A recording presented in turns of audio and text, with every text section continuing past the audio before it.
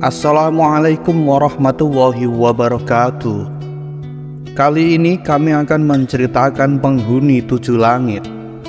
Penghuni tujuh langit yaitu adalah beberapa nabi, di mana di situ banyak sekali para malaikat yang menjaganya.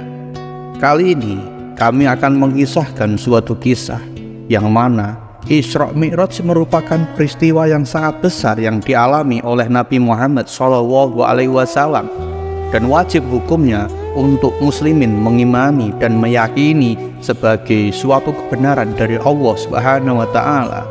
Pada peristiwa itu, Nabi Agung Muhammad SAW bertemu dengan Allah Subhanahu wa Ta'ala dan mendapat perintah menjalankan sholat 5 waktu. Dalam perjalanan beliau, Nabi Agung Muhammad SAW, bertemu dengan Sang Pencipta. Rasulullah ditemani malaikat Jibril dengan mengendarai buraq. Buraq adalah hewan putih yang panjang dan berbadan besar, melebihi keledai dan bersayap. Sekali buraq itu melangkah, bisa menempuh perjalanan sejauh mata memandang dalam sekejap. Rasulullah SAW melewati 7 langit dan bertemu dengan para penghuninya. Di setiap tingkatan, penghuni selalu menemui Nabi Agung Muhammad SAW, dan kabar ini dijelaskan dalam hadis Nabi Muhammad SAW, diriwayatkan oleh Imam Muslim dari Anas bin Malik. Ketika mencapai langit tingkatan pertama, Rasulullah SAW bertemu dengan manusia sekaligus waliullah yang pertama kali di muka bumi.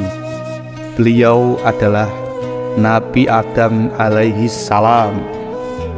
Saat meninggalkan dan melanjutkan perjalanannya, Nabi Agung Muhammad SAW dibekali oleh Nabi Adam, dan Nabi Adam membekali Rasulullah dengan doa supaya Rasulullah SAW diberikan kebaikan pada setiap urusan yang dihadapinya. Sambil mengucapkan salam, Rasulullah meninggalkan langit pertama untuk menuju langit kedua. Sesampainya di langit kedua, Nabi Agung Muhammad SAW bertemu Nabi Isa alaihissalam dan Nabi Yahya. Seperti halnya di langit pertama, Rasulullah disapa dengan ramah oleh kedua nabi, dan semuanya berwajah berseri-seri. Sewaktu akan meninggalkan langit kedua, Nabi Isa dan Nabi Yahya juga mendoakan kebaikan kepada Rasulullah. Kemudian Rasulullah bersama malaikat Jibril terbang lagi menuju ke langit ketiga.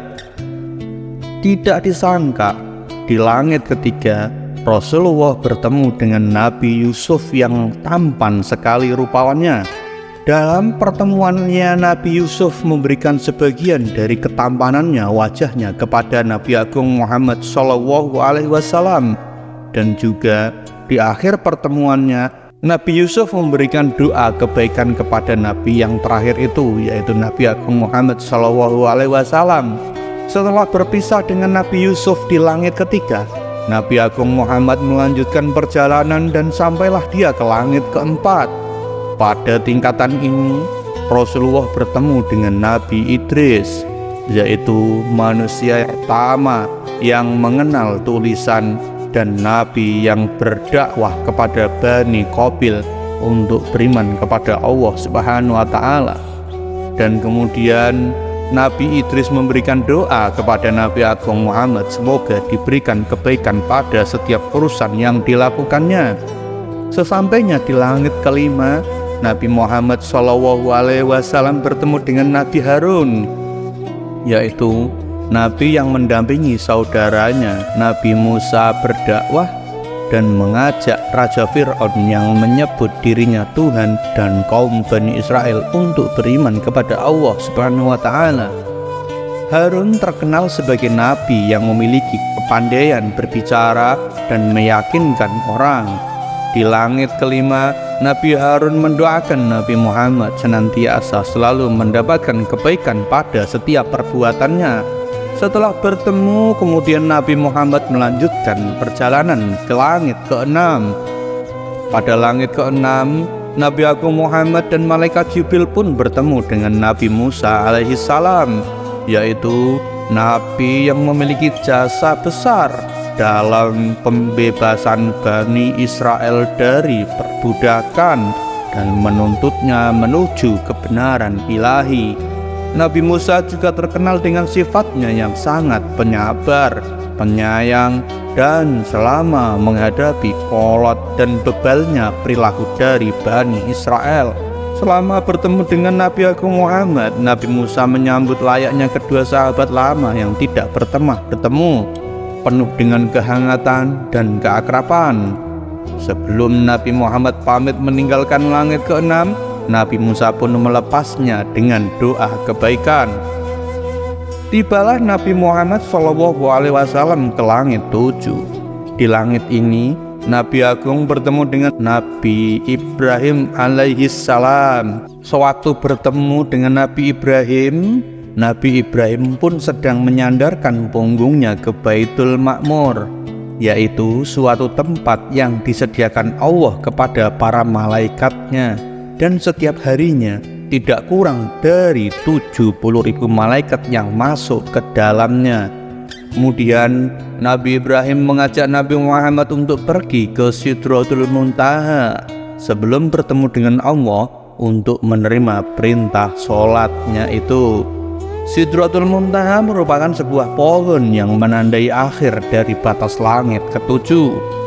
Masih dalam hadis yang sama, Rasulullah SAW menceritakan bentuk fisik dari Sidratul Muntaha, yaitu berdaun lebar seperti telinga gajah dan buahnya yang menyerupai tempayan besar. Namun ciri fisik Sidratul Muntaha berubah seketika ketika Allah Subhanahu wa Ta'ala datang.